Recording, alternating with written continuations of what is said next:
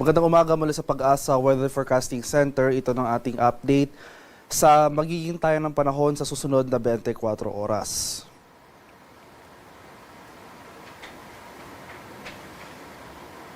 Patuloy ang pag-iral ng easterlies o yung hangin na nanggagaling sa Karakatang Pasipiko dito sa malaking bahagi ng ating bansa.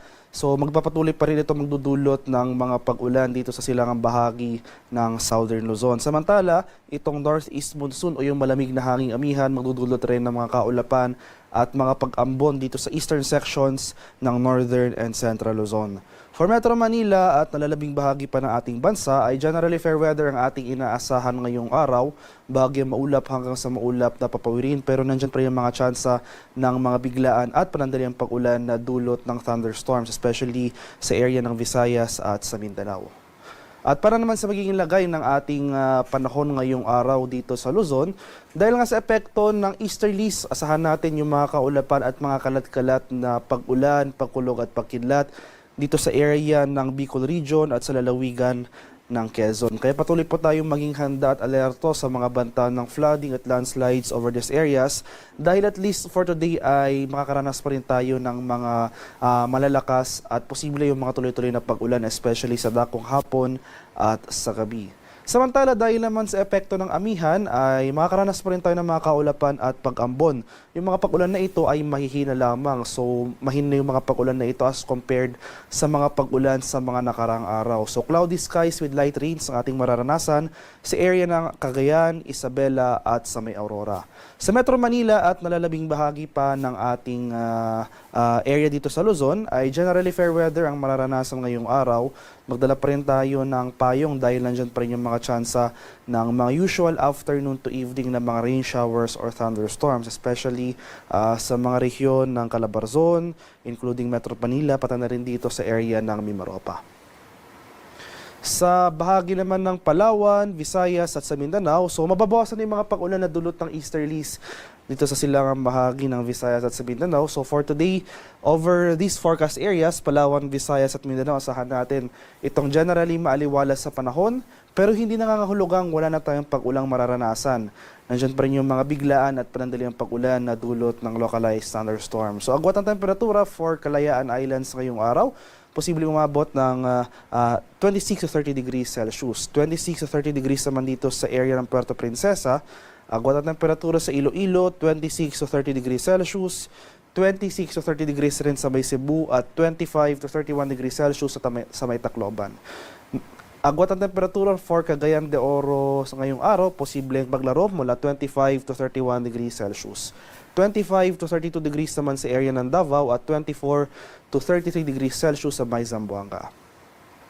Sa kalagayan naman ating karagatan, wala pa rin gale warning na nakataas pero iba yung pag-ingat pa rin sa ating mga kababayan na maglalayag, especially dito sa northern and eastern seaboards ng Luzon dahil posible pa rin tayo makaranas dyan ng katamtaman hanggang sa maalong karagatan. At para naman sa ating 4-day weather outlook, so sa lagay ng ating panahon sa mga sunod na araw, so dahil sa epekto ng northeast monsoon na inaasahan nga natin, bukas araw ng Huwebes may panibago tayong surge o bugso ng ating amihan. Asahan pa rin natin yung mga kaulapan at mahihinang pag-ulan dito sa silangang bahagi ng Northern at Central Luzon. So for tomorrow, posibleng mabawasan yung mga pag-ulan dito sa area ng Bicol Region at Quezon. So for most of the country, including Metro Manila, generally fair weather ang ating inaasahan sa araw ng Pasko. Pero nandiyan pa rin yung mga tsansa ng afternoon to evening ng mga thunderstorms, especially nga dito sa area ng Visayas at sa Mindanao. Pagsapit naman ng araw ng Biyernes hanggang sa Linggo, inasan pa rin natin yung patuloy na paglakas nitong panibagong surge ng ating northeast monsoon na kung saan malaking bahagi na ng Luzon yung maapektuhan nito. So makakaranas na rin tayo posible ng mga kaulapan at posibleng lalakas na rin yung mga pag-ulan sa eastern section ng Luzon, dulot yan ng amihan. So sa mga rehiyon yan ng Cagayan Valley, Cordillera at sa mga lalawigan ng Aurora, Quezon at Bicol Region. Samantala, sa nalalabing bahagi ng ating bansa ay generally fair weather apart from mga usual na afternoon to evening ng mga rain showers or thunderstorms ang ating mararanasan.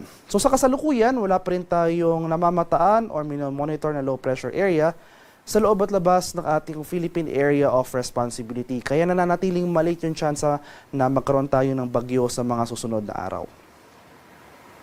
Haring araw sa Kamunilaan ay sisikat mamayang 6:18 ng umaga. Lulubog naman mamaya sa karagdagang 5:34 ng hapon.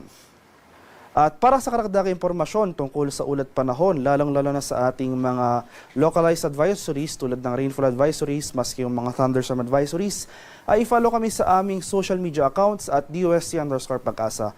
Mag-subscribe rin kayo sa aming YouTube channel sa DUST Pag-asa Weather Report at palaging bisitahin ang aming official websites sa pag-asa.dust.gov.ph at panahon.gov.ph. At yan naman po ang latest mula dito sa Pag-asa Weather Forecasting Center. Magandang umaga sa ating lahat. Ako po si Dan Villamil nag-uulat.